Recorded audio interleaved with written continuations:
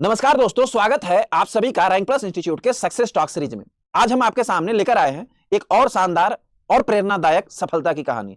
हमारे साथ मौजूद हैं किरण कहर, जिन्होंने ग्रुप 5 2024 का एग्जाम में शानदार तरीके से पास किया है और अपने मेहनत, लगन और सही मार्गदर्शन के दम पर लैबोरेटरी टेक्नीशियन के पद पर चयन प्राप्त किया है। किरण रैंक प्लस इंस्टीट्यूट के लैब फाउंडेशन 2.0 की छात्रा रही है और अभी अर्बन पीएससी खंडवा मध्य प्रदेश में पोस्टेड हैं। आज हम इनसे जानेंगे कि कैसे उन्होंने अपनी तैयारी की, किन चुनौतियों का सामना किया और रैंक प्लस इंस्टीट्यूट ने उनकी सफलता की जर्नी में क्या महत्वपूर्ण भूमिका निभाई। तो चलिए शुरू करते हैं। हेलो किरण, कैसे हो बेटा? सर मैं बढ़िया हूँ। आप कैसे हैं? मैं आई एम वेरी वेल। मेरी आवाज़ आपको जा रही क्लियर? यस सर, आपकी आवाज़ आ रही है। सबसे पहले आपको वेलकम है रैंक प्लस इंस्टीट्यूट के प्लेटफॉर्म पे। और आपने ग्रुप 5 में सिलेक्शन लिया है, इसके लिए ढेर सारे शुभकामनाएं आपको। Thank you so much sir. Kiran, आज हम लोग इस वीडियो इंटरव्यू में लॉट ऑफ बातें करेंगे आपके कैरियर से जुड़ी हुई, एज वेल एज आपने ड्यूरिंग द प्रिपरेशन क्या स्ट्रगल करी। क्योंकि ये ना हमारे आने वाले जो भी कलीग्स हैं जो कर रहे होंगे प्रिपरेशन या करना चाहते होंगे, उनको बहुत सारी मदद होगी, हेल्प होगी इन सभी बातों से। तो सबसे पहले बच्चे हम लोग स्टार्ट करना चाहेंगे आपके इनिशियल से कि आप कहाँ से हैं, आपका नाम क्या है, आपने किस एग्जाम को क्वालिफाई किया है। इसके बारे में थोड़ा एक शॉर्ट इंट्रोडक्शन दीजिए, फिर हम लोग आगे बढ़ेंगे। Okay sir. मेरा नाम सर किरण कहार है और मैंने अपनी स्कूलिंग अपने होम टाउन गाड़ावारा से की है और मैंने अपना कॉलेज मतलब बीएससी बॉटनी जूलॉजी वो भी होम टाउन गाड़ावारा से की हुई है। और उसके बाद मैंने अपना डीएमएलटी एनएससीबी मेडिकल कॉलेज जबलपुर से किया हुआ है। तो और मैं आप डीएमएलटी पास एमपी से आउट हैं? 2024 में हुई। हाँ सर, मैं एमपी से हूँ। ओके, तो ये आपका 10th कब कंप्लीट हुआ था किरण? सर 2015 में। 15 में 10th किया, देन आपने 12th पीसीबी से किया। हाँ। ओके, 12th करने के बाद फिर आपने ग्रेजुएशन की बॉटनी से। यस सर, मैंने ग्रेजुएशन तो किया है। आपने फिर डीएमएलटी या बीएमएलटी भी किया? फिर डीएमएलटी किया सर मैंने। अच्छा, 12th ग्रेजुएशन, 12th के बाद ग्रेजुएशन, ग्रेजुएशन के बाद फिर डीएमएलटी आपने किया। डीएमएलटी आपने कहाँ से किया किरण? सर मैंने डीएमएलटी एनएससीबी मेडिकल कॉलेज जबलपुर से किया है। ये कब आपकी कंप्लीट हुई थी डीएमएलटी? सर 2024 में। 2024 में डीएमएलटी आपको कंप्लीट हुआ। तो डीएमएलटी कंप्लीट होने के बाद फिर आप ग्रुप 5 का एग्जाम कब दिए? सर मैंने ग्रुप 5 का एग्जाम दिया है 2025 में फरवरी में। 25 फरवरी में, यानी जो 24 का दिसंबर में आया था वैकेंसी ग्रुप 5 का, उसका 25 हाँ हाँ फरवरी में एग्जाम हुआ था। उसी एग्जाम का ये आपका यस सर। फर्स्ट अटेम्प्ट था किरण? यस सर, फर्स्ट अटेम्प्ट था। ओके, तो आपका 24 में कंप्लीट हुआ ये डीएमएलटी, 25 में आपने एग्जाम यस दिया, एक साल के ड्यूरिंग आपने सिलेक्शन लिया, आपको कैसा फील हुआ आफ्टर सिलेक्शन? सर बहुत ही अच्छा लगा। मतलब मुझे लगा नहीं था कि इतने जल्दी में मतलब एग्जाम क्रैक हो जाएगा मुझसे। मतलब मैं एटलीस्ट 2 साल का टाइम तो ड्यूरेशन लेके चल रही थी कि एटलीस्ट 2 साल तो लग जाएंगे। तो बट मुझे नहीं पता था आपको कि जब फर्स्ट सिलेक्ट हुआ अटेम्प्ट तो में। पहला एक्सप्रेशन आपका या आपकी फैमिली का क्या था? सर फैमिली तो काफी प्राउड थी और मेरा तो मतलब मुझे तो सर खुद भी नहीं मालूम था कि मेरा सिलेक्शन हो गया है। मेरे फ्रेंड ने मेरा रिजल्ट निकाल के उसने मुझे सेंड किया कि मतलब सिलेक्शन हो गया है। बट मेरे को लगा कि सच है कि झूठ है। फिर मैंने लिस्ट निकाली। फिर लिस्ट में सर एक्चुअली नाम ढूंढा पर मेरा नाम मिल नहीं रहा था। तो हम्म, मैं उस समय कुछ थोड़ी ज्यादा पैनिक हो गई कि यार मेरा लिस्ट में नाम नहीं है। फिर जब नाम ढूंढा, हम्म। फिर मतलब भाभी रहते मैं बाजू में, तो उन्होंने मेरा नाम ढूंढ के बताया कि नहीं नहीं आपका नाम है, आपका सिलेक्शन हो गया है, पक्का है, श्योर है। आपको तब बिलीव जाके नहीं सर हो ने रहा था कि श्योर मेरा हाँ सिलेक्शन हुआ सच है? में मेरा सिलेक्शन हो गया है। मुझे खुद यकीन नहीं हो रहा था सर कि मेरा सच में सिलेक्शन हुआ है क्या। तो मैंने तब जाके मैं श्योर हुई कि हाँ मेरा सिलेक्शन हो गया। ओके, किरण, मैं चाहूंगा कि सबसे पहले आप हमें ये बताइए कि चूंकि ग्रुप 5 के एग्जाम क्वालिफाई करने के लिए ना हमें पढ़ना भी पड़ता है। तो आपने डीएमएलटी के ड्यूरिंग पढ़ाई करी, वो ज्यादा बेनिफिशियल रहा, या डीएमएलटी कंप्लीट होने के बाद फिर आपने लगभग एक साल का समय आपको मिला पढ़ने का, उस ड्यूरिंग आपने पढ़ाई की, या कैसे पढ़ाई करी, इस पर हम थोड़ा बात करना चाहेंगे। सर, मेरे मेरे लिए दोनों ही बेनिफिशियल रहा। मतलब मेरा जो कॉलेज टाइम का पढ़ा हुआ था वो भी बेनिफिशियल था और उसके बाद मैंने जो आपसे पढ़ा वो भी बहुत बेनिफिशियल था। ओके, रैंक प्लस के बारे में आपको कैसे पता चला? सर हम मतलब जब मेरा डीएमएलटी कंप्लीट हो गया उसके बाद हम लोग सर्च कर रहे थे। मतलब मैं और मेरे फ्रेंड सर्च कर रहे थे यूट्यूब पे कि अब आगे क्या किया जाए, कैसे पढ़ा जाए, कहाँ से पढ़ा जाए। तो हम्म, पहले तो सर कुछ टाइम तक 1 महीने मैंने यूट्यूब से ही पढ़ा, अलग अलग टीचर्स की वीडियो देखी अलग अलग। पर सर उससे बहुत कंफ्यूजन हो रहा था, बहुत ज्यादा हौच पौच हो रहा था। फिर ओके, हम लोगों ने डिसाइड किया कि किसी मतलब एक ही टीचर से पढ़ेंगे, ऐसा नहीं करना है। फिर हम लोग वीडियो देखे। फिर आपकी मुझे एक एमसीक्यू वीडियो मिली। ओके। फिर हम लोग ने वो वीडियो देखे। वो वीडियो यूट्यूब पे? सर मुझे इतनी मतलब इतनी ज़्यादा अच्छी लगी। फिर मैंने उसके बाद आपके लेक्चर्स निकाल के देखे, सारे लेक्चर्स देखे। तो फिर मैंने देखा। फिर मैंने बोला कि नहीं अब तो मैं सर से ही पढ़ूँगी, मैं सर का ही कोर्स परचेज़ करूँगी, कुछ भी हो जाए। बेसिक फिर हमारे, जब हम लोग ने हाँ, मतलब फिर हम लोगों ने मतलब डिसाइड किया कि हम आपका कोर्स परचेज़ करेंगे। फिर हमको पता चला कि आपका ऐप भी है, फिर हमने वो डाउनलोड किया, उसपे मतलब देखा। हुँ, पर फिर थोड़ा-सा सर उस समय क्या है मतलब अमाउंट मुझे ज़्यादा लग रहा था परचेज़ हुँ, करने के लिए। हुँ, हुँ, फिर मैंने थोड़ा टाइम लिया, फिर मैंने वो परचेज़ किया। मेरे फ्रेंड ने और मैंने मिलके हम लोग ने जैसे भी करके कंबाइन करके हुँ। अमाउंट फिर जैसे-तैसे मैंने परचेज़ किया। आप 2 लोग मिलके उसको परचेज़ किए, फिर दोनों लोग पढ़े। वो भी जो आपके फ्रेंड थे, वो हाँ भी सर, हम लोग डीएमएलटी किया हाँ होगा सर, हम उन्होंने। लोग दोनों लोग पढ़े। हम लोग ऐसा करते थे सर कि हम लोग ने टाइम बाँट के रखा था। हुँ। जैसे कि मॉर्निंग में अगर मैं पढ़ रही हूँ, मेरे पास लॉगिन है, तो उस समय वो नहीं पढ़ेगा। फिर शाम को अगर वो पढ़ेगा तो मैं नहीं पढ़ूँगी। उस समय फिर मैं अपने नोट्स से पढ़ती यहाँ थी। ढेर सारी बातें हैं, मैं अपने बच्चों को पहले बताना चाहूँगा जो किरण ने शेयर किया है। हम ऐसा लोगों के करते लिए बहुत अच्छा सीखने वाली बात है। पहली बात ये कि किरण ने और इनके मित्र ने दोनों ने मिलके यूट्यूब पे सर्च किया टीचर्स को। जैसे ही डीएमएलटी कंप्लीट किया फिर आए यूट्यूब पे। यूट्यूब पे इन्होंने एक पहले प्लान बनाया कि हमें अगर सिलेक्शन लेना है तो हमें पढ़ना होगा। पढ़ने के लिए ना इन्होंने यूट्यूब को चूज़ किया कि देखते हैं कई सारे टीचर्स को देखा इन्होंने। तो कई सारे टीचर्स के देखने के बाद इनके मन में कन्फ्यूजन ये क्रिएट हो गया कि अब पढ़े कैसे और किससे पढ़े, क्या पढ़ा जाए? क्योंकि lot of teachers, lot of बातें, लॉट ऑफ कंटेंट है ना? तो ये ज़ाहिर-सी बात है कि यस, कन्फ्यूजन हो ही जाएगा बेटा। तो फिर इन्होंने एक किसी टीचर को जैसे इन्होंने मुझे चूज़ किया। आप भी किसी एक को चूज़ करना इसलिए इम्पोर्टेंट है क्योंकि आप पहले उसको चूज़ कीजिए जिसकी बातें आपको आपके दिमाग तक पहुँचती है। ऐसा लगता है कि सर का मैं सुन रहा हूँ तो मुझे समझ में आ रहा है या ये जो बोल रहे हैं वो सही लग रहा है, इनके कंटेंट में मुझे समझ में आने जैसा कुछ लग रहा है। तो क्योंकि एक टीचर को आप यस सर, पकड़े एक बार तो आप पढ़ाते हो ना तो आपका जो पढ़ाना है वो मतलब डायरेक्टली दिमाग में जाता है। मतलब हुँ। डायरेक्ट आप मतलब डायरेक्टली मतलब कनेक्ट कर पाते हैं आपकी वीडियो से, ऐसा रहता है। मतलब अगर लाइव क्लास नहीं भी चल रही ना तब भी ऐसा लगता है कि नहीं लाइव क्लास में ही पढ़ाई हो रही है, ये ऐसा भी एक लगता है बहुत मुझे। बड़ी बात है क्योंकि बच्चे कहते हैं ना कि सर रिकॉर्डेड क्लास में क्या ही मिल पाएगा। आप जो बोल रहे हैं कि लाइव क्लास नहीं चल रहा है, फिर भी लग रहा है सर कि आपसे नहीं कनेक्ट सर, होके पढ़ मेरे रहे हैं। हिसाब से मेरे हिसाब से सर रिकॉर्डेड क्लास ज़्यादा बेनिफिशियल है क्योंकि सर लाइव क्लास में ना डिस्टर्बेंस होता है। जो चैट हुँ, चलती है ना उसमें डिस्टर्बेंस होता है। बिल्कुल, तो बिल्कुल। मेरे लिए तो रिकॉर्डेड ही बेस्ट है, मेरे को ऐसा लगता है। यानी कि अकॉर्डिंग टू किरण जी जिन्होंने एक सिलेक्शन ग्रुप 5 2024 में आया था वैकेंसी 25 में एग्जाम हुआ था सिलेक्शन ले चुके हैं वो अपने एक्सपीरियंस से बता रहे हैं कि आपके लिए recorded classes far better than the live class because of some disturbance also occur in the live class तो ये चलिए आपकी एक्सपीरियंस बहुत अच्छी है हमारे बच्चे शायद इस बात को समझ पाएंगे दूसरी बात इन्होंने एक और अच्छी बात कही जैसे आप लोगों में से कई हाँ लोगों को सर, कंफ्यूजन जी बोलिए किरण सर इसके अलावा ये भी है कि जैसे रिकॉर्डेड क्लास है तो अपने पास है कि हाँ 10 क्लास हैं तो जब हम्म, अपन को टाइम मिला रिकॉर्डेड अपन ने तब पढ़ ली। लाइव क्लास में एक टाइम फिक्स है कि अपन को फिर उसी टाइम ज्वाइन करना है। और सर बिल्कुल एक्चुअली मैं जॉब भी करती थी साथ साथ, तो ऐसा मैं अगर लाइव चलती तो मैं ज्वाइन नहीं कर पाती उस समय। रिकॉर्डेड में ऐसा रहता था सर अगर लैब में वर्क है तो मैं वर्क कर रही हूँ और लैब से जैसे मैं फ्री हूँ तो मैं उस हम्म, समय पढ़ाई कर लेती थी रिकॉर्डेड में। ये बिल्कुल मतलब बेनिफिशियल है रिकॉर्डेड में। एक और चीज बहुत अच्छी बोली है किरण ने कि क्या है कई सारे ऐसे बच्चे मैं इससे बिल्कुल भी डिनाई नहीं करता बेटा कि कोर्सेज किसी को 6,000 रुपए ज्यादा लग रहे हैं तो नहीं लगना चाहिए बिल्कुल कई सारे ऐसे हमारे बच्चे हैं जिनके पास फाइनेंशियल क्राइसिस है और एक्चुअल में है मैं उस दौर से गुजरा हूं तो मुझे पता है और लेकिन ये क्या है कि इतना कॉस्टिंग आता है इस सभी ऑनलाइन चीजों पे सर्वर का कॉस्ट होता है टीम का कॉस्ट होता है तो बहुत सारी चीजें होती है जो उस पर जुड़ती है तो इन्होंने एक बहुत अच्छी बात यस सर। बोली कि जिन बच्चों को ऐसा फील होता है कि कॉस्ट है तो ये 2 फ्रेंड्स जो थे वो मिल करके लिए ताकि हमारी कॉस्टिंग हाफ-हाफ हो जाए। अब हाफ-हाफ कॉस्ट हो जाए तो यस एक सर। दोनों ने ना म्यूचुअल अंडरस्टैंडिंग बनाई कि जब मैं पढ़ूँगी तो आप नहीं पढ़ना, आप पढ़ोगे तो मैं नहीं पढ़ूँगी। मतलब चूँकि ड्यूटी दोनों को अलग-अलग है तो अलग-अलग टाइम भी पढ़ने के लिए मिल रहा है। या कभी अगर हम लोग रूममेट हैं तब तो और भी बड़ी बात अच्छी बात है कि कभी अगर एक साथ भी पढ़ने के लिए बैठे तो एक ही मोबाइल पर या एक ही टीवी स्क्रीन है उस पर खोल करके बैठ के पढ़ सकते हैं। यानी हम लोग 2-3 लोग मिल करके भी अगर म्यूचुअल अंडरस्टैंडिंग है तो हम बस पढ़ना एक हमने डेस्टिनी चुनना है कि हमको पढ़ना है, यस ये सर। तय करना है कि हमको किसी तरीके से पढ़ना है। इस सर से पढ़ना है या किसी भी सर से पढ़ना है। तो अगर मन में हमने ठान लिया है तो उसको पढ़ा जा सकता है। यस एक सर, सही बात एक है। किरण ने प्रूव किया कि अच्छा एक चीज़ और जो आप और आपके फ्रेंड मिलके पढ़ रहे थे तो वो फ्रेंड का भी सिलेक्शन हुआ है केवल आपका सिलेक्शन हुआ है? तो एक्चुअली उसके लिए मतलब हम लोग के नंबर भी सेम आए, मेरे भी 63 थे, हुँ, उसके भी 63 थे, बट उसके माइनस मार्किंग में चले गए नॉर्मलाइज़ेशन के बाद अच्छा। और मेरा 1 नंबर बढ़ गया, तो उसका सिलेक्शन नहीं हुआ।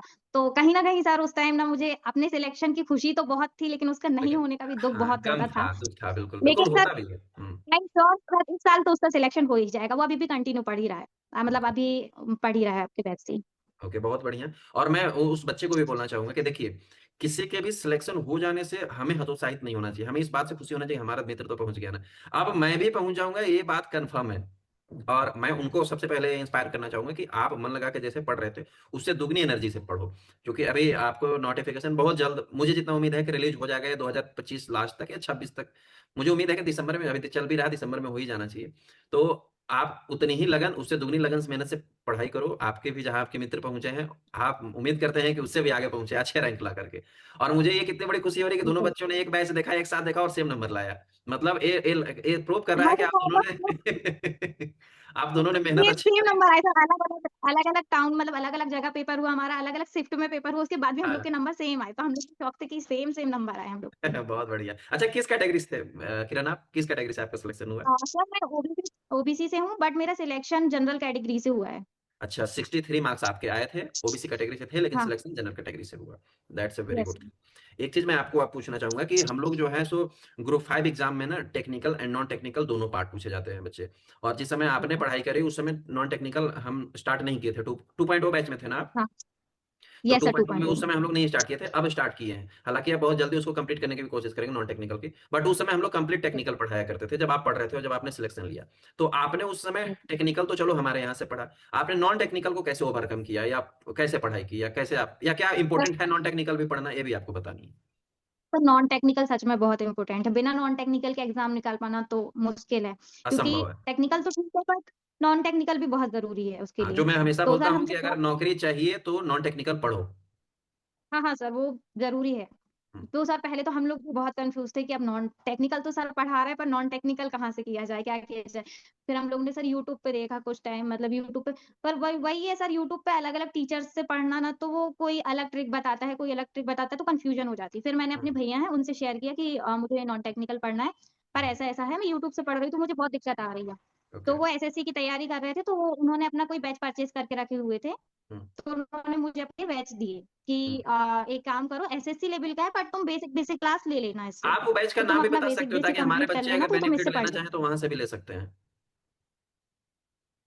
सर मैंने वो विनर्स इंस्टीट्यूट से पढ़ा है, जी। दी विनर्स इंस्टीट्यूट। Okay, okay. ये आपके हाँ, वहीं एमपी मेरे में ही भैया ने पढ़ाते परचेज हैं किया सर? हुआ था, तो फिर उनका। हाँ हाँ सर, इंदौर से है सर शायद। ओके।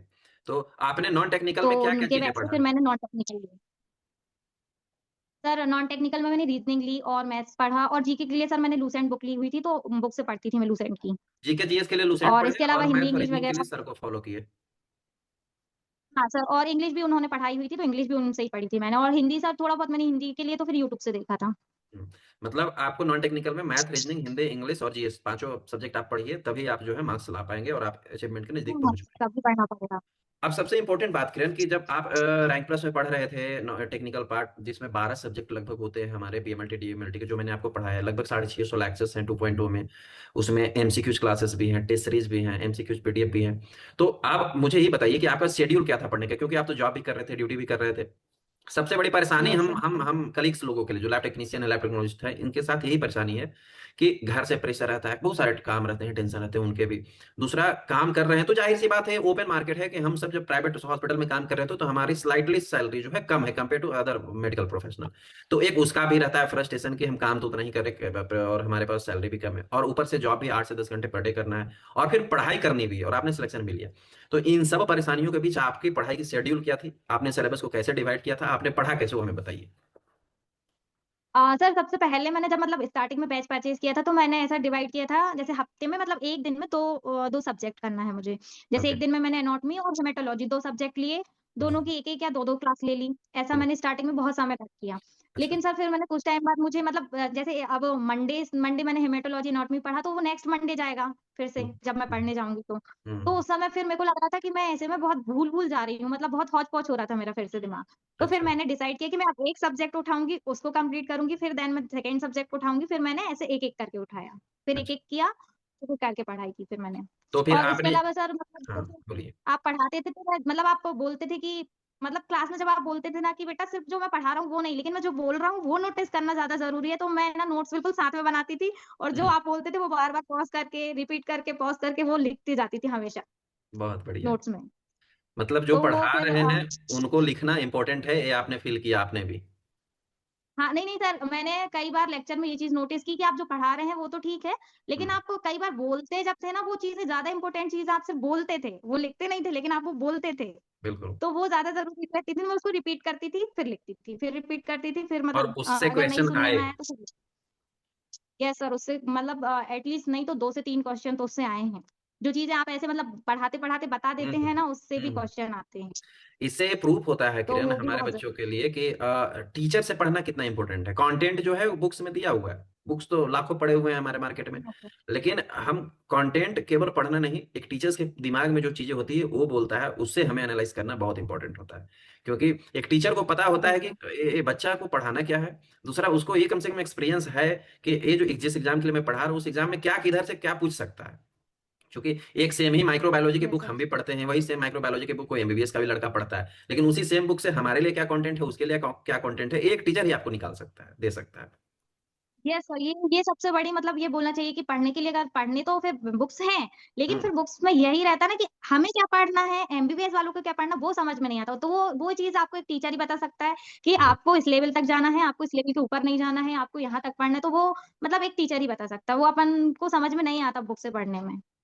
एक बात बताइए कि रैंक प्लस में अच्छा, बच्चों को पहले मैं गाइड कर देना चाहता हूँ। किरण ने बताया कि पढ़ाई कैसे करी, हम जैसे इन्होंने जब मल्टीपल सब्जेक्ट्स पढ़ रहे थे साथ में वीक में, एक वीक में दो फिर अगले वीक में दो, तो इस तरीके से इनको ना थोड़ा ज्यादा कंफ्यूजन हुआ, क्रिएट हुआ, खिचड़ी जैसा हो गया। तो इन्होंने क्लैरिफिकेशन के लिए क्या किया कि एक सब्जेक्ट को हम पहले चूज करेंगे, उसके वीडियो एक्सेस देखेंगे, नोट्स बनाएंगे, फिर दूसरा हम देखेंगे, फिर नोट्स बनाएंगे। अच्छा किरण, इन ड्यूरिंग तो आपको कभी ऐसा नहीं हुआ कि पहले सब्जेक्ट जैसे 12 सब्जेक्ट है तो 10 सब्जेक्ट का हमने बना लिया, 11वां सब्जेक्ट का भी बना रहे हैं, तो पहले 2-3 सब्जेक्ट का हम कुछ भूल रहे हैं, ऐसा फील नहीं हुआ? उसको आप कैसे रिवीजन करते थे, कैसे याद रखते थे? सर, उसका ये रहता था कि मैं अपने दिमाग में ये रखती थी, आपने बोल रखा था कि कुछ भी नहीं करना है, तो तुमको दिन में 1 घंटा निकालना है, जो भी अपन ने पुराना पढ़ा है, उसको मतलब नहीं नहीं ना ही रटना है, ना कुछ करना, बस पेज पलटाना है, देखते जाना, देखना पेज है, पलटाना, पलटना देखते जाना है, है। हाँ, बस। ओके। तो जैसे जब मैं बैकग्राउंड पढ़ रही थी, मैंने फर्स्ट क्लास अटेंड करी, तो जैसे मैं सेकंड क्लास अटेंड करूँगी, तो उसके पहले मैं पहली वाली पूरी पढ़ लूँगी, फिर मेरी 2 हो गई, फिर मैंने जैसे तीसरी क्लास अटेंड करूँगी, तो मैं पहली, दूसरी पढ़ूँगी, उसके बाद तीसरी क्लास अटेंड करूँगी। तो मैं ऐसे करती थी, तो मैं उसको रटती भी नहीं थी सर, बस हर दिन उसको ऑब्जर्व देखते किया जाती थी, मैंने हाँ, उसको मैं कहता हूँ स्कैनिंग टेक्निक। जब हम किसी चीज को पढ़ लेते हैं ना, तो एक बार बस देखते हैं तो स्कैन होते चलता है। हाँ सर। जैसे अगर मैं 10वीं क्लास तक पहुँचती थी ना, तो फर्स्ट वाली क्लास तो मेरे दिमाग में अपने आप ही रट जाती थी, सिर्फ देख-देख ओके। के ही। ऐसा रहता था। वो ताजा बन जाता है। इस टेक्निक को आप भी फॉलो कर हाँ। सकते हैं, जिन्होंने अभी सिलेक्शन नहीं लिया है या जो पढ़ने वाले हैं। ये बेस्ट टेक्निक है क्योंकि अकॉर्डिंग सर टू आप सिलेक्शन। बोलते थे कि हाँ, आप बोलते थे क्योंकि मेरे को भी मतलब मैं टीचर हूँ, लेकिन मुझे भी याद नहीं रहता है, लेकिन मुझे भी हाँ, रोज़ पढ़ना पड़ता है। मैं भी रोज़ पढ़ता हूँ, फिर मैं आपको पढ़ाता हूँ। तो हम्म। मेरे दिमाग में वो बात रहती थी कि जब सर भी रोज़ पढ़ते हैं, तो कुछ नहीं तो अपन को भी एक बार रिवीजन करना और ज़रूरी है। यही एक बेस्ट वे है कि हम सभी ह्यूमन हैं, और हम सभी ह्यूमन में वही ब्रेन है, वही न्यूरॉन से बने हुए ब्रेन है बेटा, ठीक है ना। और उसकी एक ही हैबिट है जो आप में हो रहा है ना भूलने की, वो हम में, जो भी ह्यूमन है सब में। कोई हो सकता है कि किसी की न्यूरॉन्स ज्यादा एक्टिव है तो उसको थोड़ा ज्यादा कैप्चर कैपेसिटी होगी, बट ऐसा कतई नहीं होगा कि उसके न्यूरॉन्स बिल्कुल ही डिफरेंट होंगे। कोई रेयर एंड रेयरेस्ट केस होगा तो डिफरेंट मैटर है, हम सभी कॉमन है ना। तो कॉमन लोगों के कॉमन फैक्टर हैं, तो कॉमन रीजन है, तो कॉमन हैबिट भी अपनाओ। तो वो सबसे बेस्ट चीज है कि आप जब रिवीजन करेंगे ना, तो ही आपको याद रहेंगे। और वो बढ़िया आपने टेक्निक अपनाया। अच्छा। इसमें एक चीज मैं पूछना चाहूंगा किरण, कि यहाँ पर थ्योरी और एमसीक्यूज दोनों थे, तो कैसे आपने किया? पहले थ्योरी पढ़ा या पहले एमसीक्यूज का पढ़ा, या दोनों साथ में पढ़ा, या कैसे पढ़ा जाए? जो नया स्टूडेंट है उसको आप क्या बताना चाहेंगे?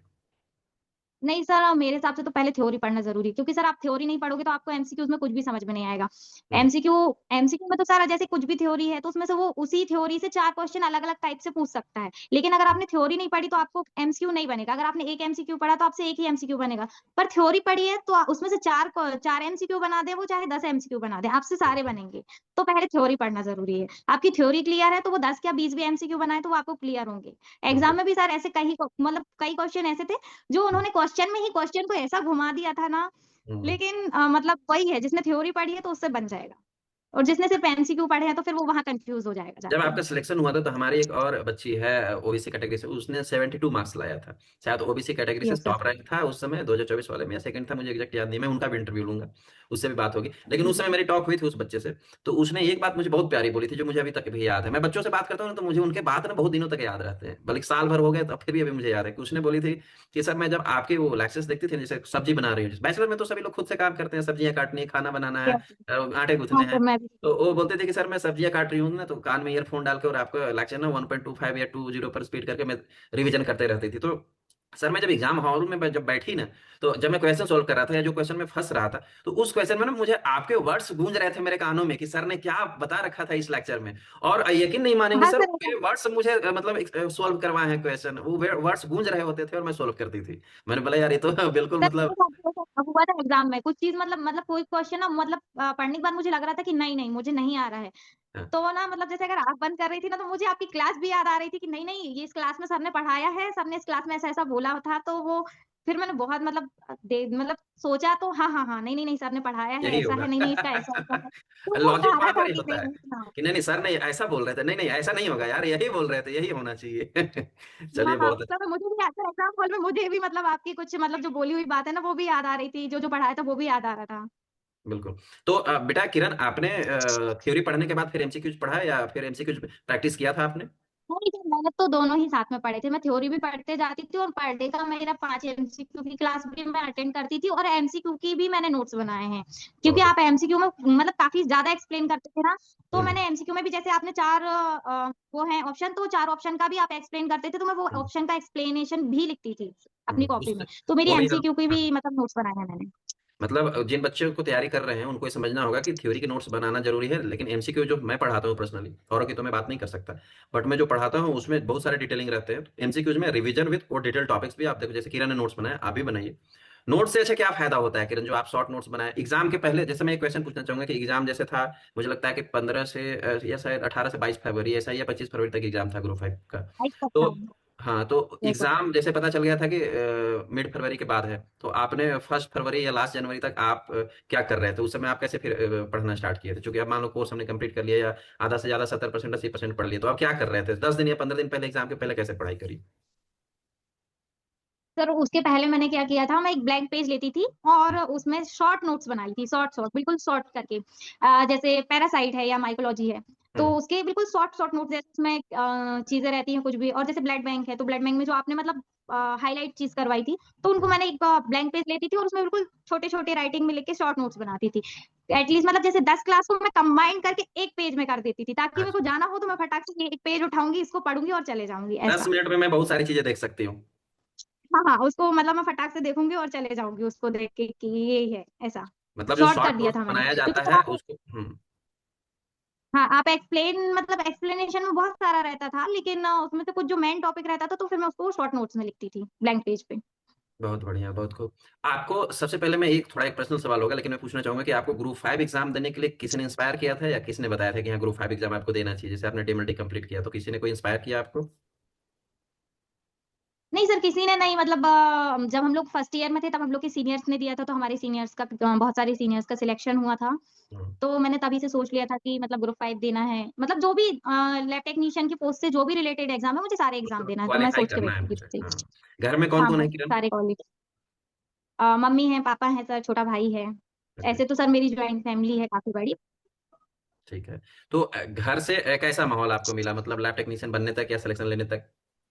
कैसा घर से आपको सपोर्ट था? सर घर से तो घर से बोलना चाहिए सर, काफी फ्री माइंड। मेरे पापा का कहना तो था कि तुम पढ़ो, तुमको कोई दिक्कत नहीं, बल्कि उनका कहना ये भी था कि तुम जॉब भी मत करो। हम्म बल्कि मैं सर पहले 2 जॉब करती थी, फिर एक हम्म टाइम के बाद मेरे पापा ने बोल बोल के कि अरे 2 जॉब नहीं करो, तुम पढ़ाई कर रही हो, एक ही करो, या हम्म बिल्कुल भी मत करो, जरूरत हम्म नहीं है तुमको करने की।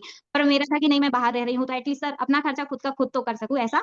तो फिर मैंने 2 जॉब में से फिर एक जॉब छोड़ दी, फिर मैं एक जॉब आप कंटिन्यू अपनी कर रही बात थी। कंप्लीट करना, मैं इसमें दो चीजें मुझे याद आई जो आपने बोला, इनसे दो चीजें हमें सीखने के मिली। एक तो हमें पेरेंट्स को सीखना होगा, जो पेरेंट्स इस वीडियो को देख रहे हो उनको भी, कि कोई बेटे को तो सब सपोर्ट कर रहे हैं, बेटों को सब पढ़ा रहे हैं, एक बिटिया को पढ़ाना कितना इंस्पायरिंग थिंग होता है, क्योंकि बेटी पढ़ती है ना तो अपने पिता का तो नाम रोशन करती है। हमारे इंस्टीट्यूट का तो किरण ने नाम रोशन किया, अपने पापा का किया। इनफैक्ट जब इनका मैरिज होगा, जहां आप ससुराल में जाओगे, आप ससुराल में जो कहते हैं एक बेटी पढ़ती है तो 2 घर पढ़ा देती है और कई लोगों का नाम रोशन करती है। तो ये पेरेंट्स को समझना होगा कि जो बिटिया नहीं पढ़ा रहे हैं, बिटिया पढ़ाना कितना इंपॉर्टेंट है, पहली बात। दूसरी बात इन्होंने जो कही कि पेरेंट का सपोर्ट कितना मायने रखता है। तो जब आप पेरेंट एक अपने बेटे को, चाहे बेटा हो या बेटी, ये दोनों पर रेगुलेट होता है कि अगर आप अपना मोरल सपोर्ट अगर बच्चे को देते हो, तो देखो अचीवमेंट लेना बहुत बड़ी बात नहीं होता है। तो हम इंडियन पेरेंट्स जो सब लोग ना मिडिल क्लास फैमिली है हम लोग, तो हम लोग को पेरेंट्स के माइंड में होता है कि मैंने बस बच्चा को इंटर करवाया, ग्रेजुएशन करवा दिया, आप सिलेक्शन मिल ही जानी चाहिए, नौकरी मिल ही जानी चाहिए, ऐसा नहीं। मोरल सपोर्ट केवल बच्चे के साथ रखिए, वो तो जरूर कुछ मेरे घर से इस चीज़ में मैं बोलना चाहूँगी आपको कि मेरे घर से मुझे बहुत फ्री माइंड रखे हुए थे। ऐसा कोई प्रेशर नहीं था कि तुमको अभी जॉब निकालनी है, इसी साल में जॉब निकालनी है, ऐसा कोई भी प्रेशर नहीं था। ना अरे वो जॉब बहुत बड़ा कराने के मायने पैसे रखता कुछ है भी। बच्चे के लिए। उनका बस ये कहना था कि तुम पढ़ रहे हो, तुम बस पढ़ाई करो, तुमको जॉब करने की भी ज़रूरत नहीं है। और ऐसा भी नहीं था, मेरे सर घर से कभी भी ये प्रेशर नहीं आया कि तुमको जॉब अभी निकालनी है, कि इसी हम्म साल में निकालनी है, कुछ भी नहीं। हम्म। ऐसा एक मेरे फ्री पेरेंट्स माइंड तो से बहुत स्टूडेंट सपोर्ट रहेगा ना, थे। तो वो बहुत जल्दी अचीवमेंट लेता है। ये पेरेंट्स को हमें समझना होगा। दूसरा, हम जैसे स्टूडेंट्स, जैसे किरण ने इनको इतना फ्री माइंड मिला, इसके बावजूद भी इन्होंने जॉब करा और जॉब करके सिलेक्शन ली। तो जो बच्चे ये सोचते होंगे कि केवल पढ़ के सिलेक्शन लिया जा सकता है, जॉब करके भी सिलेक्शन लिया जा सकता है, एंड कंपेयर देन जॉब करके सिलेक्शन लेना is more better than without job, because अपने जॉब के ड्यूरिंग आप कई सारे प्रैक्टिकल चीजें सीखते हैं ना, वो भी आपको एग्जाम में पूछ दिया जाता है, तो उसका भी बेनिफिट मिलेगा। दूसरा, आप सर जैसे बोलिए नहीं नहीं सर, किरण, आप बोल लीजिए। जैसे जैसे नहीं सर, किरण ने, एक्चुअली मेरा मानना ये है, प्रैक्टिकल सर नॉलेज भी बहुत जरूरी है, क्योंकि सर अगर आप सिर्फ थ्योरी थ्योरी पढ़ेंगे, एग्जाम क्रैक भी कर लेंगे, वो ठीक है। फिर जब आपकी जहाँ ज्वाइनिंग होती है, अगर आपको प्रैक्टिकल नॉलेज नहीं है, तो फिर आपको वहां वहां तो जाके काम सर ही बहुत करना है दिक्कत होगी, आपको, बहुत बिल्कुल। प्रॉब्लम, क्योंकि वहां पे आपसे थ्योरिकल नॉलेज नहीं पूछेंगे, वहां आपको हाँ, प्रैक्टिकल ही और देखा वहां जाएगा, जाकर के इसलिए तो आपका आपको वर्क प्रैक्टिकल ही नॉलेज परफॉर्म होना करना चाहिए। है। तो हाँ वर्क सर, परफॉर्म तो करने के लिए आप प्रैक्टिकल पहले वर्क को होना, सीखेंगे तो ज्यादा बेटर होगा, बहुत अच्छा। प्रैक्टिकल नॉलेज होना भी सर बहुत जरूरी है। बिल्कुल। और ये हम सबके लिए लर्निंग है कि जो लोग कहते हैं कि सर मैं जॉब कर रही थी ना, मुझे टाइम, या कर रहा था, मुझे टाइम नहीं मिला तो मैं पढ़ नहीं पाया, पढ़ा ऐसे जा सकता है जॉब करने के ड्यूरिंग भी, सिलेक्शन लिया जा सकता है जॉब करने के ड्यूरिंग भी। और दूसरा सबसे बड़ा बात जो आपने अभी बोला था बेटा कि सर मैं कम से कम इतना तो, एक लड़के होकर के, लड़के नहीं ये बात को सोच पाते, आप बिलीव नहीं करोगे, हमारे पास कई सारे टेक्निकल टीम के पास मैसेज आते हैं, क्वेरीज आते हैं, लड़का है और बोल रहा है कि सर मुझे ना पेरेंट्स पैसे नहीं दे रहे हैं, 5,000, 5,500, 6,000, जो भी वॉट एवर जिस कोर्स की जो फी है, ये पैसे नहीं दे रहे हैं, तो मैं, मेरे को ना आप फ्री में दे दो, मैं ज्वाइन नहीं कर सकता।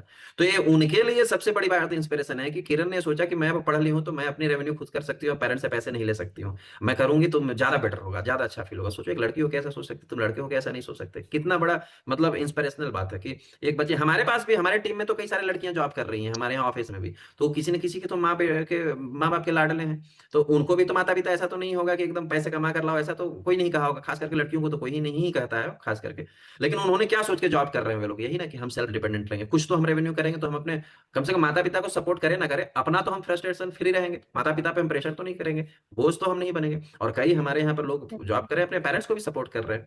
तो ये सबसे बड़ी लर्निंग है कि हमें सेल्फ डिपेंडेंट, यार हम बच्चे नहीं है, मतलब हम 10th क्लास में हैं तब भी नहीं बच्चे रहते, 10th क्लास में भी आप 2 बच्चों को ट्यूशन पढ़ा के महीने का 2-3 हज़ार रुपये रेवेन्यू गेन कर सकते हो। और अब तो आप प्रोफेशनल हो गए हो, डीएमएलटी कर लिया आपने, बीएमएलटी कर लिया आपने, पेरेंट्स और कितना आपको पैसा देंगे, कब तक देंगे, सोचने वाली बात है ना, कि वे बेचारे कब तक दे सकते हैं, उनका भी एक अपना लाइफ उन्होंने छोड़ दिया होगा। मैं जितना फील करता हूँ, जो हम सबके पेरेंट्स हैं, वे ना अच्छे शूज नहीं पहने होंगे, वे अच्छे कपड़े नहीं सिलवाए होंगे, मम्मी ने अच्छी साड़ी नहीं पहनी होगी, क्योंकि मेरा बेटा को ना वहां पढ़ रहा है, उसको महीने में पैसे चला जाना चाहिए, सभी लोग ऐसे सोचते हैं, जो हम सब मिडिल क्लास हैं।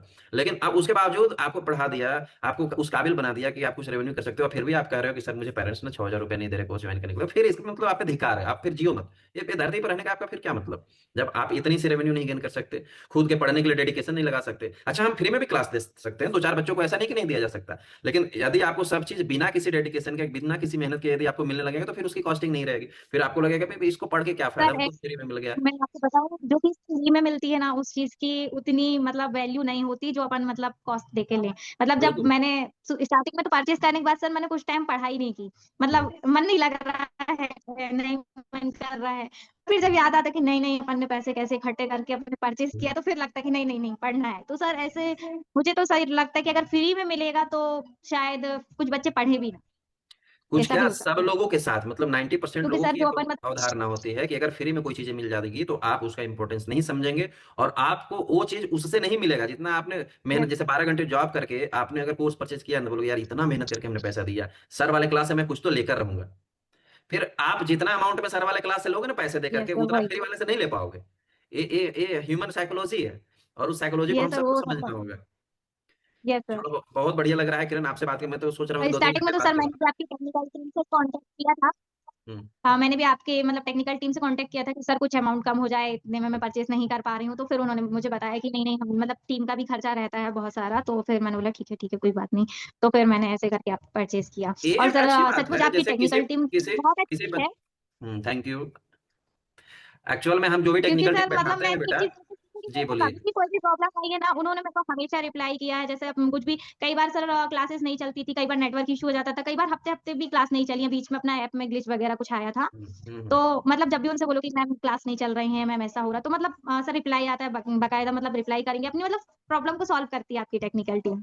Thank you so much. ऐसा रहता है। ये हमारे टेक्निकल टीम के लिए बहुत बड़ा सपोर्ट होगा, जो आपने बात बोली और उनको सर भी अच्छा स्टार्टिंग फील में तो होगा। मैंने परचेज भी किया था, तो मेरी पेमेंट हो गई थी, बट मेरा बैच नहीं खुल रहा था। तो मैं काफी पैनिक कर गई थी कि मेरा अमाउंट भी चला गया और मेरा बैच भी ओपन नहीं हो रहा है। तो फिर उन्होंने बोला कि आप थोड़ा मतलब मैम सबर मतलब रुकिए, आपका बैच खुल जाएगा, आज नहीं तो कल खुलेगा। फिर सेकंड डे से फिर मेरा बैच ओपन हो गया था। ओके। होता है कभी टेक्निकल इशू में ना परचेज होने के बाद बैच नहीं ओपन होता है, तो हालांकि इसको हमने और अभी फास्ट कर दिया कि अगर किसी बच्चे को ऐसा अनइंस्टॉल्ड होता है सिस्टम में, तो यस उसको हम लोग 2 से 3 घंटे में उसका कोर्स अनलॉक हो जाना चाहिए। हम कोशिश बेसिक यही रखते हैं किरण, क्योंकि जो भी हमारे पास बच्चा आ रहा है, बच्चे को अगर हम सपोर्ट नहीं कर पाएंगे, हमारा कोशिश यही है कि जो हमारे पास नहीं पढ़ रहा है ना, हमारे पास ऐसे पर डे हजारों क्वेरीज आते हैं, इनमें से 80% जो है 80% स्टूडेंट है जो हमारे पास पढ़ ही नहीं रहे, कहीं और पढ़ रहे हैं, और उनको वहाँ वो चीज़ क्लियर नहीं हो रहा तो हमारे पास पूछते हैं। तो हम ओपन है सबके लिए, हमारे पास जो भी बच्चा, हम बच्चे के लिए ही है, एक टीचर को और क्या चाहिए। जो हमारी टीम भी बोलती है कि सर इतना सारा आपसे क्वेश्चन मतलब हमारे से क्यों पूछा जा रहा है, क्योंकि उनको मैंने फिर समझाता हूँ कि कोई भी बच्चा है जो हमारे पास नहीं उम्मीद लेकर आता है कि यहाँ कहीं से क्लियर नहीं हुआ, यहाँ तो हो ही जाऊंगा मैं। तो एटलीस्ट हमें भी अच्छा लगता है कि हम अपने बच्चों को समझा पा रहे हैं, सॉल्व कर पा रहे हैं। चलिए, बहुत अच्छा लग रहा है आपसे बातें करते हैं। तो आपको तो ड्यूटी भी है, लेकिन मैं सोच रहा हूँ कि और भी बातें करूँ आपको, लेकिन हालांकि मैं अभी आपको नहीं छोड़ूंगा, 2-4 क्वेश्चन और मैं आपसे पूछूंगा, क्योंकि मुझे बहुत फील हो रहा है, अच्छा फील हो रहा है, हमारे इनफैक्ट बच्चों को भी फील होगा बल्कि एटलीस्ट। सर हम लोग का तो था कि सर अगर एग्जाम क्रैक होगा तो हम लोग आपसे मिलने आएंगे। आप जहाँ रहते हैं हम लोग एड्रेस पूछेंगे फिर मिलने आएंगे, बट अभी मेरा फ्रेंड का सिलेक्शन और बाकी है, बस उसका हो जाए, जिस दिन उसका होगा मैं पक्का आपसे मिलने भी दोनों आऊंगी। दोनों सिलेक्शन लीजिए, मेरा आशीर्वाद है कि उस बच्चे का भी होगा, और डेफिनेटली आइए, वेलकम है, सबका वेलकम है। मैं एक चीज़ और पूछना चाहूंगा बेटा, अब हम लोग एग्जाम पे आते हैं। जब आपने एग्जाम दिया, आपका रिजल्ट आ गया, हमने रिजल्ट चेक कर लिया, रिजल्ट चेक करने के बाद क्या प्रोसेस होता है डॉक्यूमेंट वेरिफिकेशन के लिए, या क्या क्या डॉक्यूमेंट लगते हैं, और कैसे आपको पोस्टिंग मिला, ये सारा कुछ हमको थोड़ा समझाइए। और सर और आपको मतलब कौन सी जब पोस्ट अपना मिली है? ये सर सर पोस्ट तो जैसे जो अपना जब सिलेक्शन होता है उसमें लिख के आता है कि आपका लैब टेक्नीशियन की पोस्ट हुआ है। मुझे डीएचएस में मिला था, स्वास्थ्य सेवा संचालय भोपाल में। तो ओके। उसके बाद सर एटलीस्ट 10 से 15 दिन के बाद मेरे पास मैसेज आया चॉइस फिलिंग के लिए। उसके बाद मैंने चॉइस फिलिंग कराई। मतलब सर 27 जिले थे, बस उनको अपन को सीक्वेंस वाइज डालना था कि हम्म। अपन को प्रेफरेंस में कौन सा जिला चाहिए है। तो ओके। फिर वो सीक्वेंस से डालना पड़ता है अपन को तो आपकी जो एमपी प्रायोरिटी थी ऑनलाइन वो पे आपने जाके। सबसे ऊपर रखा? हाँ हाँ सर, जो प्रायोरिटी थी वो ऊपर रखा, बट सर ए, मुझे 4th नंबर पे डाला था मैंने खंडवा, तो मुझे 4th नंबर का पर मिला है। तो अभी आप खंडवा में पोस्टेड हैं? यस सर, मैं खंडवा में पोस्टेड हूँ। तो ये चॉइस फिलिंग किरण ऑनलाइन हुआ था या ऑफलाइन हुआ था? यस सर, ये एमपी ऑनलाइन से होती है चॉइस फिलिंग। तो कुछ चॉइस फिलिंग। अमाउंट भी लगा था वो याद नहीं है, बट कुछ अमाउंट लगता है और चॉइस फिलिंग होती है एमपी ऑनलाइन से। ओके, एमपी ऑनलाइन वेबसाइट जिस पे हम लोग फॉर्म फिल करते हैं, वहीं से हमारा जो है चॉइस फिलिंग भी हुआ, रिजल्ट भी वहीं से आया, सारा वेबसाइट तो सब एक ही है सब प्रोसेस के लिए। तो हाँ हमने हाँ चॉइस फिलिंग करी, चॉइस फिलिंग करने के बाद कुछ अमाउंट पे हुआ, चॉइस फिलिंग कंप्लीट हो गया, सबमिट कर दिया। वहां पर आपको अपने डॉक्यूमेंट भी लगे थे, या फिर डॉक्यूमेंट फिजिकल वेरिफिकेशन के लिए जाना पड़ा था, डॉक्यूमेंट वेरिफिकेशन के लिए? नहीं सर, डॉक्यूमेंट तो सर फिजिकल मतलब फिर जब मतलब वहां से ईमेल आता है कि या फिर ईमेल आता है या फिर आपको कॉल आता है कि आपका इंदौर संभाग में हुआ है कि जबलपुर संभाग में हुआ है, आपका इंदौर संभाग में हुआ है, तो आपको इस डेट पे यहाँ पे डॉक्यूमेंट वेरिफिकेशन के लिए आना है। वो आपको अपन डेट देंगे, 3 दिन की डेट देते हैं एटलीस्ट वो लोग। तो उस डेट पे अपन को संभाग में जाना पड़ता है, फिर उस संभाग में अपना डॉक्यूमेंट वेरिफिकेशन होता है और मेडिकल भी वहीं पे ही होता है सर। अच्छा, क्या क्या लगभग मोटा मोटी तौर पे आपको याद है, जैसे क्या क्या डॉक्यूमेंट लगे थे? सर डॉक्यूमेंट में 10th 12th और आय स्थायी निवासी और रजिस्ट्रेशन लगा था, हम्म।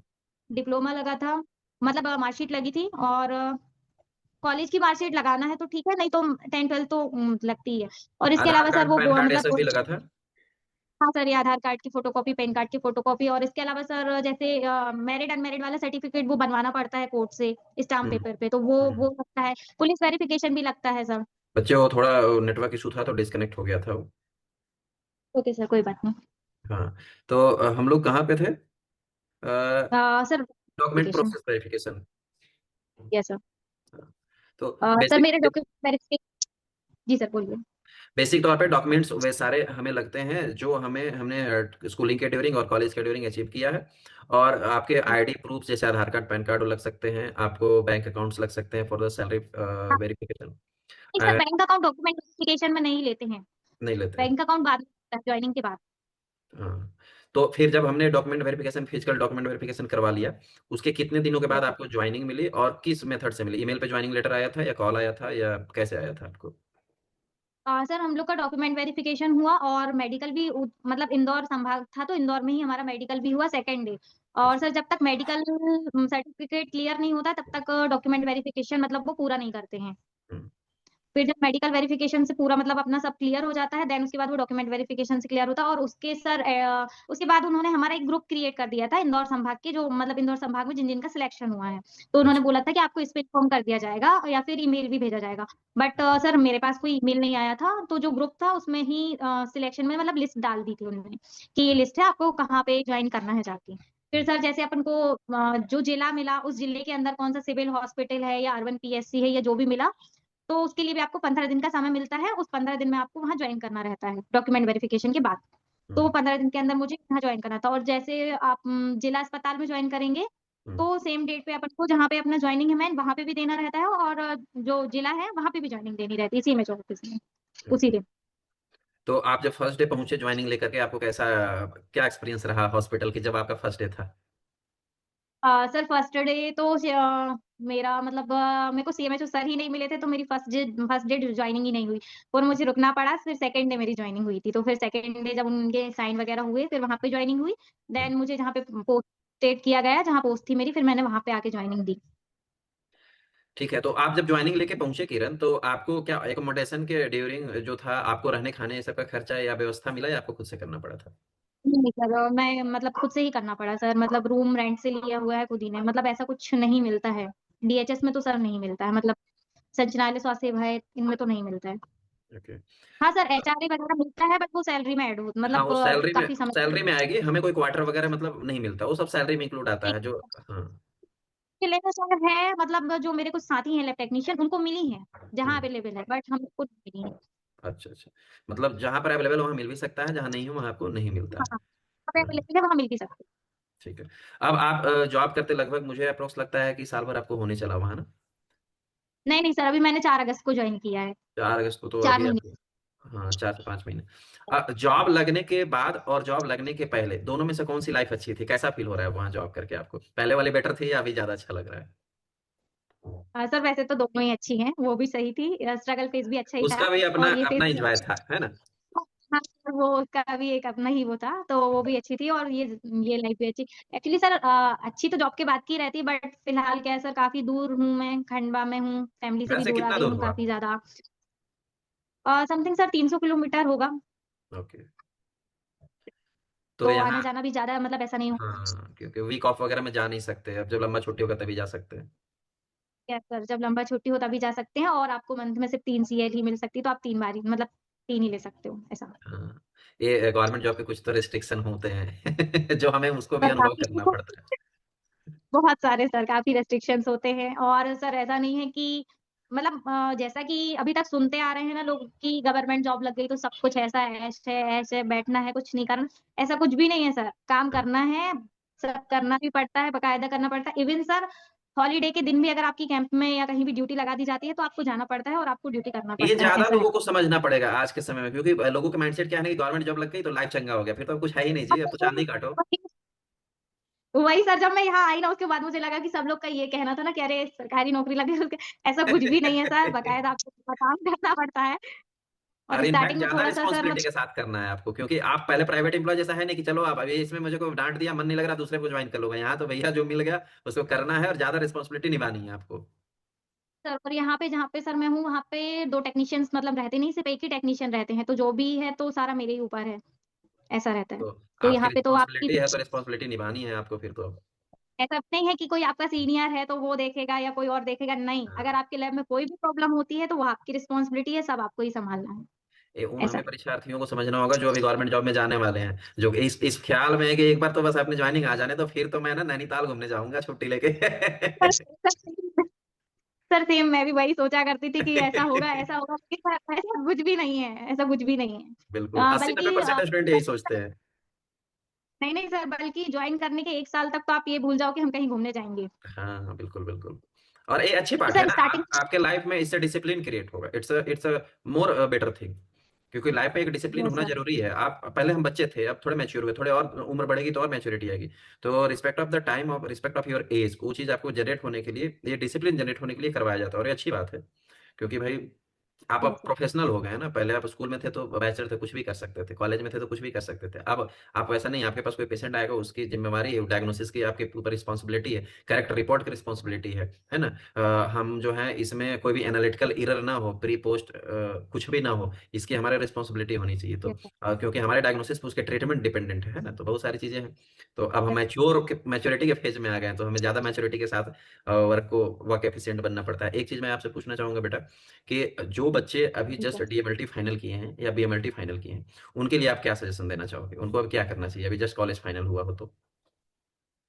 सर उनके लिए मेरा कहना तो यही रहेगा कि ज़रूरी नहीं कि मतलब आप मतलब ऐसा नहीं बोल रही हूँ कि सिर्फ़ आपसे ही पढ़ें, पर एक ही टीचर से पढ़ें। ये अलग-अलग प्लेटफ़ॉर्म पे ना जाएँ, अलग-अलग टीचर से ना पढ़ें क्योंकि अलग-अलग टीचर से पढ़ने पे और अलग-अलग प्लेटफ़ॉर्म से पढ़ने में बहुत कन्फ्यूज़न होता है और हुँ, इसमें बहुत ज़्यादा टाइम लग जाता है और टाइम के साथ बहुत टाइम खराब भी हो जाता है।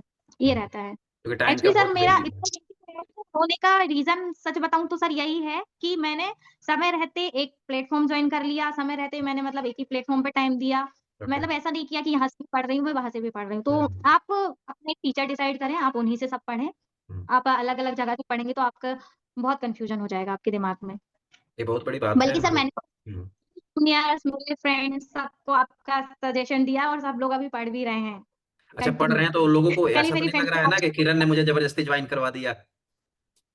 नहीं सर, ऐसा कुछ भी नहीं है। मैंने मतलब उनको बोला था कि पहले जिनसे भी मैंने बोला है तो उनको मैंने सबको बोला है कि आपकी यूट्यूब पे वीडियोज़ डली हुई हैं। हुँ, पहले आप एक बार यूट्यूब पे वीडियो देख लो, एमसीक्यू हुँ, वीडियोज़ देख लो, अगर आपको ऐसा लगता है कि आप सर से पढ़ सकते हैं तो मैंने बोला आप पढ़ सकती हैं, ऐसा। हुँ। बिल्कुल, जो तो कॉस्ट मुझे सर दे आपने रहा है बता कोई बच्चा तो उसको कॉस्ट एफिशिएंट होना चाहिए कि हमने किसी को दिया हुआ है, सर को दिया हुआ है तो उनका कंटेंट लगे कि हमको इतना डिलीवर हो रहा है इसके अकॉर्डिंग। हमारी कोशिश भी यही रहती है किरण कोई भी बच्चा बहुत मेहनत से पैसा लाता है हमारे पास, उस पैसा उसको वसूल होना चाहिए।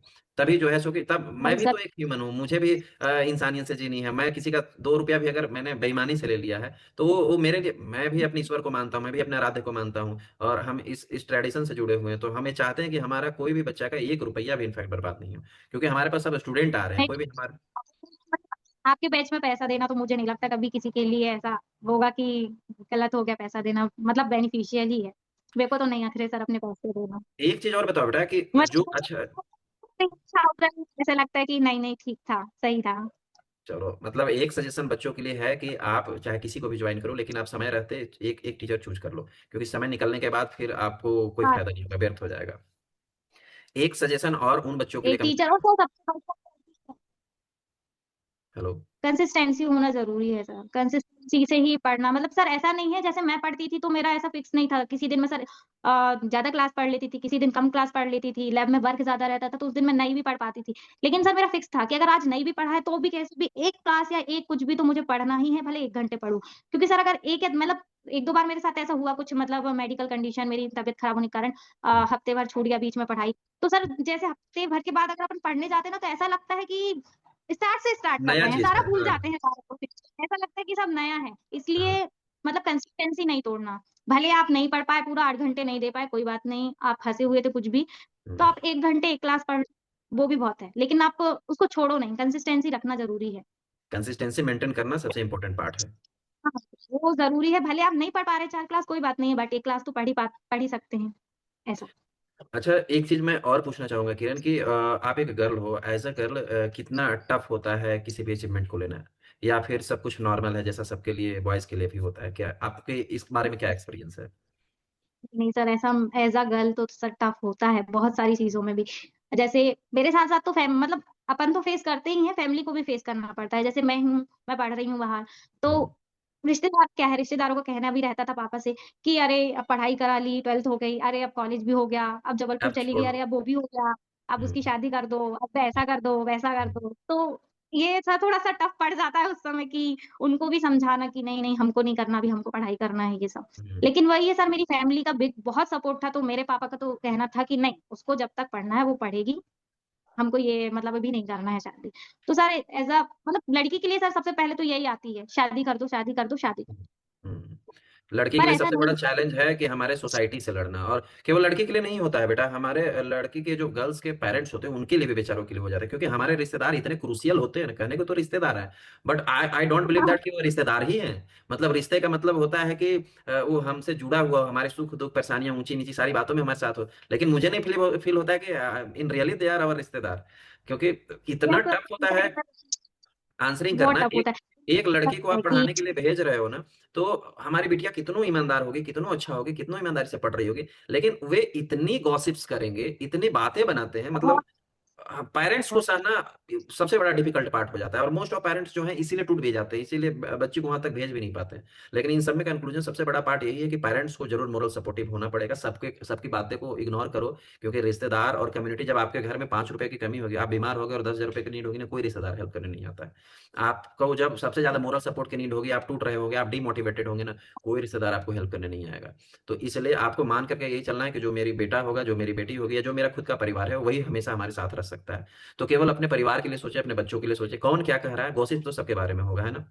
राम जी के बारे सर में भी वो तो गॉसिप्स सब। होती है, सीता जी के बारे में गॉसिप्स होती है। तो जब भगवान के बारे में गॉसिप्स हो सकती है, तो हम तो बहुत मतलब माइनर सा, छोटे सा इंसान है। तो हम पेरेंट्स को सबसे पहले, मैं एज अ टीचर एक पेरेंट्स को सजेशन दूंगा, क्योंकि मैं भी अब बाप बन चुका हूँ, मैं भी एक बेटे का बाप हूँ।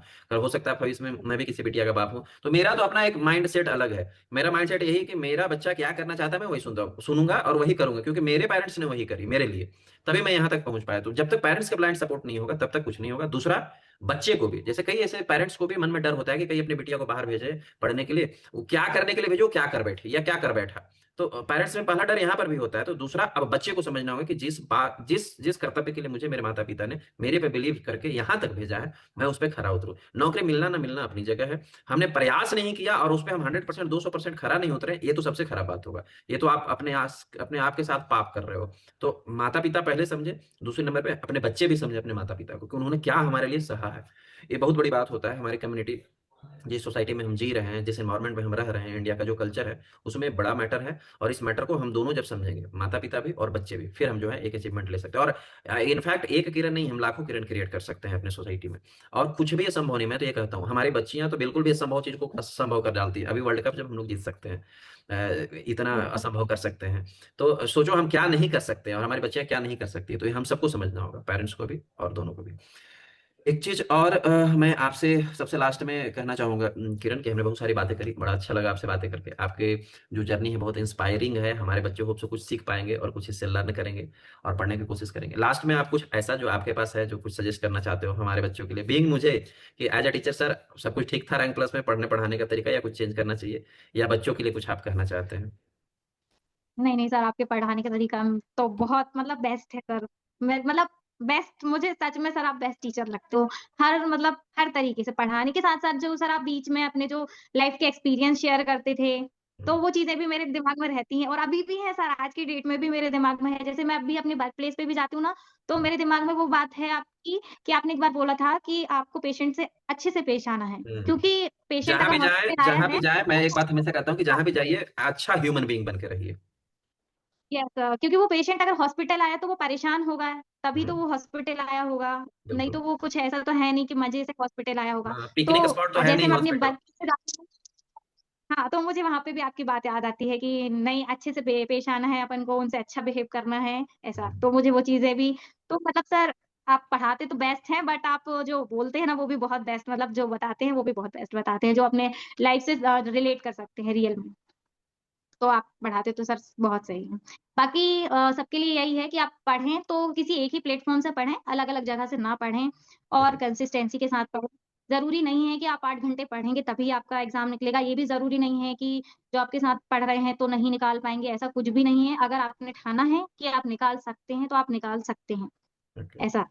चलिए, बहुत अच्छा। आप सभी बच्चों के लिए, कि अगर आप चाह गए कि हो जाएगा, मान लिया तो हार है, ठान लिया तो जीत है, तो ठान लेना है। और ठान के अगर काम कर लेंगे तो यस सर, जीतेंगे ही। वही सर, क्योंकि दिसंबर सर जब एग्ज़ाम आया था उस समय तो सर मेरा आधा सिलेबस भी खत्म नहीं हुआ था, मैं आपको बताऊँ तो। और उस समय फेब्रुअरी से में फिर एग्जाम मेरी था पढ़ाई नहीं। हम्म। ऐसा। तो अगर आपने ठान लिया तो ऐसा नहीं है, आप कर सकते हैं। और कंसिस्टेंसी होना सर बहुत ज़रूरी है। कम कंसिस्टेंसी पढ़ें एकदम। लेकिन, और इसके अलावा सर एक ये भी कहना चाहूँगी कि पढ़ने में सर एक चीज़ ऐसा भी होता है कि यार, जैसे आपकी क्लास है सर बहुत सारी, 400 क्लास हैं, तो एक वो भी लगता है कि इतनी सारी क्लासेस हैं, कंप्लीट करना है, इतनी सारी क्लासेस हैं। ये पढ़ते हैं तो वो छूट जाता है, वो पढ़ते तो ये छूट जाता है, ये पढ़ा तो वो भूल गए, वो पढ़ा तो ये भूल गए, ऐसा होता हम्म, है। तो ऐसा ऐसा नहीं करना है कि जल्दी-जल्दीबाजी के चक्कर में फटाफट पढ़ना है, मतलब कि क्लास निपटाना है, ऐसा नहीं करना है। आपको आराम से पढ़ना है। आप उस एक क्लास को पहले पूरा समझ लीजिए। हम्म, अगर नहीं समझ में आ रही तो आप रिपीट करके देख लीजिए या नोट्स बना लीजिए। नोट्स बना के फिर रिपीट करके पढ़ेंगे तो ऑब्वियस सी बात है समझ में आएगा। क्योंकि सर मैं भी ऐसे का बायोकेमिस्ट्री में सर कई क्लास रहती थी जो मुझे एक बार में समझ हम्म। में नहीं आती थी। मैं ये तो पूछने मैं वाला था पढ़ती आपसे थी, कि नोट्स आपके बना, प्रिपरेशन के ड्यूरिंग कौन सा ऐसा सब्जेक्ट लगा कि जो सबसे टफ लगा, और उसको आपने कैसे ओवरकम किया। सर मुझे तो वायरोलॉजी हो गई, बहुत टफ लगी थी उस टाइम, और बायोकेमिस्ट्री में कुछ टॉपिक्स थे जो बहुत टफ लगे थे। तो उनकी क्लास सर मैंने कई क्लास 2-2 3-3 बार अटेंड की है। जैसे मैंने पहली बार देख ली, नोट्स बना लिए, फिर सेकंड टाइम देख ली, फिर तीसरी बार मैं उसको ना 2x की स्पीड पे करके देखती थी, मतलब जल्दी-जल्दी में। समझना है लेकिन उस टॉपिक को, जब तक समझेंगे नहीं तब तक उसको छोड़ेंगे नहीं। ये हमसे बहुत सारे बच्चे पूछते हैं बेटा कि सर कोई ऐसा इंपॉर्टेंट टॉपिक बता दीजिए जिसको पढ़ लें। मतलब तो हम उनको, हमारा एक ही रिप्लाई रहता है कि dear there is no any shortcut for the preparation, for the achievement. Yes, achievement के लिए कोई शॉर्टकट नहीं है, प्रिपरेशन के लिए कोई शॉर्टकट नहीं है। जो प्रोसेस है वो एक ही प्रोसेस है कि आपको पढ़ना है, टॉपिक को समझना है और कंप्लीट करना है। आप तैयारी कर रहे हो, आप अचीवमेंट लेना चाहते हो। मैगी नहीं बनाना है कि 2 मिनट में बन जाएगी। तो मैगी नहीं बन रही है, अगर कुछ क्रिएट हो रहा है मेरे लाइफ के लिए, तो क्रिएट होने में समय लगता है। प्रिपरेशन टाइम मांगता है, और वो टाइम आप दो ही। आप चाहोगे कि एकदम आए, वो कभी कभी होता है, किसी के साथ एक्सेप्शनल होगा, गॉड गिफ्टेड होगा। एक्सेप्शनल हर जगह होते हैं। केमिस्ट्री में हम एक्सेप्शनल पढ़ते पढ़ते जो है सो दिमाग चक्कर हो जाता था। तो एक्सेप्शनल होता है, अपवाद है किसी के, किसी ने गया एग्जाम दिया, सिलेक्शन हो गया बिना पढ़े। अब सबको हो जाएगा ऐसा नहीं कर सकते। तो सिलेक्शन लेने के लिए आपको यस, पढ़ना होगा और टाइम देना होगा। बिना टाइम दिए जो बच्चे लोग चाहते हैं ना कि बस आज निकले आज हो जाए, तो ऐसा नहीं हो सकता है ना। और नहीं जैसा सर, किरण ऐसा का, मतलब डाउट भी आ जाते थे बहुत सारे, जैसे अब रिकॉर्डेड क्लास में तो डाउट कैसे क्लियर करें? तो हाँ ये उसके मैं लिए मुझे पूछने फिर वाला वही था आपसे कि रिकॉर्डेड क्लासेस में लोगों के सवाल होते हैं कि सर लाइव तो हो नहीं, रिकॉर्डेड है। तो रिकॉर्डेड में फिर हमें अगर डाउट क्रिएट होगा तो हम उसको कैसे कंप्लीट कर पाएंगे? आपने कैसे किया, इसको बताइए हम लोग को। मैंने तो, या तो मैं उस क्लास को जिसमें मुझे डाउट लगता था तो उस क्लास को रिपीट देखती थी। अगर हम्म, मुझे उसके बाद भी नहीं समझ में आता था तो उसमें ऑप्शन रहता था नीचे कमेंट करने का कि अपना हम्म, जो डाउट है वो कमेंट करे, तो मैं वो कमेंट में डाल देती थी। अगर किसी स्टूडेंट ने देखा तो वो रिप्लाई कर देता था। हम्म, अदरवाइज जिस फ्रेंड के साथ मतलब मैंने साथ में परचेज किया हुआ था, हम्म, तो फिर मैं उसको पूछती थी कि तुमने ये क्लास देखी क्या? तो हम्म, अगर उसने वो क्लास देख ली होती थी तो वो मुझसे फिर वो मेरे को समझा देता था। वो डाउट फिर मैं उससे क्लियर करती थी, और अगर उसको कुछ डाउट होता था तो वो डाउट मैं उसका क्लियर करती थी। ऐसा सर कई बार होता था कि कुछ मतलब जैसे रहता है ना, कुछ सब्जेक्ट उसको टफ लगते थे, वो हम्म। मुझे ईज़ी लगते थे तो मैं समझा देती थी, और जो मुझे टफ लगते थे, उसे ईज़ी लगते थे तो वो समझा देते था। साथ मतलब में एक पढ़ने का सर ये भी फायदा है। ये फ़ायदा भी है, और सर मतलब दोस्त भी होने चाहिए, तो सर ऐसे होने चाहिए जो आपको सपोर्ट करें हाँ बिल्कुल। कि हाँ, मतलब सच और सही बताएँ सर, ये नहीं कि गलत बता दिया और गलत रास्ते पे ले गए, ये। हम्म। तो दोस्त ऐसे भी अपने दोस्त भी जीवन होने में, दोस्त भी अपने जीवन में बहुत सोच समझ के चूज करने चाहिए लोगों को। क्योंकि आजकल ना दोस्ती लोगों को परवान तक भी ले जाता है, दोस्ती लोगों को गड्ढे में भी गिराता है। तो दोस्त कम से यस कम सर, एटलीस्ट ऐसे बनाए जाएं जो, हम उसके भी दोस्त हैं वो भी हमारा दोस्त है, तो हम दोनों एक दूसरे के सपोर्टिव रहे हर एक पॉइंट पे, चाहे पढ़ने वाली चीजें हो, चाहे मोरल सपोर्ट हो। कभी कभी ऐसा हो जाता है लाइफ में कि हम डीमोटिवेटेड है, सबके साथ होता है, इनफैक्ट मेरे साथ भी कई मरतबा हुआ होगा। सकते हैं सर। जैसे कई बार ना मैं भी पढ़ते-पढ़ते बहुत डिमोटिवेट हो जाती थी कि नहीं, नहीं हो पा रहा है आज, नहीं मन लग रहा है, बिल्कुल भी नहीं पढ़ पा रही हूँ। तो मैं अपने फ्रेंड को कॉल करती थी कि नहीं, नहीं मेरे से नहीं हो पा रहा है, आज मेरा वायरोलॉजी के पढ़ने का मन नहीं कर रहा। तो फिर उसका कहना रहता था, नहीं पढ़ना वायरोलॉजी, एनाटॉमी पढ़ ले, नहीं एनाटॉमी में मन लग रहा है, हेमेटोलॉजी पढ़ लो। मतलब नहीं मन लग रहा है तो कुछ भी पढ़ लो, जिसमें मन लग रहा नहीं मन लग रहा सर, सबसे सही जिस दिन मेरा किसी चीज़ में मन नहीं लगता था, मैं एमसीक्यू पढ़ती थी, बस। सबसे क्योंकि बढ़िया। मेरा एमसीक्यू में मन लग जाता था कि ठीक है, कुछ भी नहीं है, कुछ भी नहीं होने से कुछ होना अच्छा। चलो आज हमें एक चीज और समझ में आया किरण से कम एमसीक्यू जो है मोटिवेशन का पार्ट है। कुछ नहीं समझ में आ रहा था, एमसीक्यू पढ़ा जा सकता है। सर कुछ भी नहीं, तो एमसीक्यू, और सर एमसीक्यू में फिर जब फँस जाते थे, तो फिर ऐसा लगता था कि यार एमसीक्यू में फँस गए, नहीं, तो नहीं थ्योरी पे थ्योरी जाने ज़रूरी है तो लगे। या फिर हाँ, थ्योरी तो पे आ फिर थ्योरी गए। पे चले जाते थे, चलिए वापस बहुत थ्योरी पे। बढ़िया। जैसे सर एमसीक्यू क्वेश्चन में फँस जाती थी ना मैं, तो फिर मैं वो टॉपिक ढूँढती थी कि वो टॉपिक आपने कहाँ पढ़ाया, फिर वो टॉपिक की पूरी थ्योरी समझती थी, फिर थ्योरी समझने के बाद उसे एमसीक्यू पे जाती थी। बहुत अच्छे, बहुत सुंदर। प चलिए किरण, आपने बहुत सारा अपना लाइफ का एक्सपीरियंस शेयर किया, during the achievement, before the achievement, after the achievement. अच्छा लगा बात करके। होप सो हमारे बच्चे भी इससे इंस्पायर होंगे, उनको भी इंस्पायरेशन मिलेगी। आपकी जर्नी बहुत इंस्पायरिंग है। बीइंग अ गर्ल एक अचीवमेंट लेना, ये मेरे अकॉर्डिंग, आपने तो शेयर किया ही, मेरे अकॉर्डिंग भी ये बहुत ही टफ होता है, और अचीवमेंट लेना बहुत बड़ी बात होती है। बहुत बहुत आपको शुभकामनाएं, आप अपने जीवन में बहुत आगे बढ़ें, ये हमारी ऐसी आपके लिए शुभेच्छा है, आपके लिए शुभकामनाएं हैं, आपके लिए आशीर्वाद है। और फ्यूचर में कुछ भी अगर आपके इश्यूज हो, चाहे लाइफ से रिलेटेड हो, हमें स्टडी से रिलेटेड हो, किसी प्रकार के कोई भी क्वेरीज या कंफ्यूजन या सहायता हेल्प की नीड होगी, हमारी रैंक प्लस टीम हमेशा अवेलेबल रहती है। आप कांटेक्ट कर सकते हैं और यस हम लोग सर, ये तो हमेशा। है, आपकी टीम हमेशा अवेलेबल रहती है। ये चीज़ तो है सर, आपकी टीम अवेलेबल तो रहती है सर। चलिए थैंक यू सो मच किरण कि आपने समय निकाला इस इंटरव्यू के लिए। और फिर हम मैं चाहूंगा कि आप लोग दोनों, आपका जो मित्र है उनका भी, उस बच्चे का भी सिलेक्शन हो, और आप दोनों एक बार जरूर रैंक प्लस ऑफिस विजिट कीजिए। और बिल्कुल सर, इसी बातों के साथ हम लोग इस इंटरव्यू को समाप्त करते हैं बेटा, ठीक है। Okay, thank you. Thank you so much. Thanks.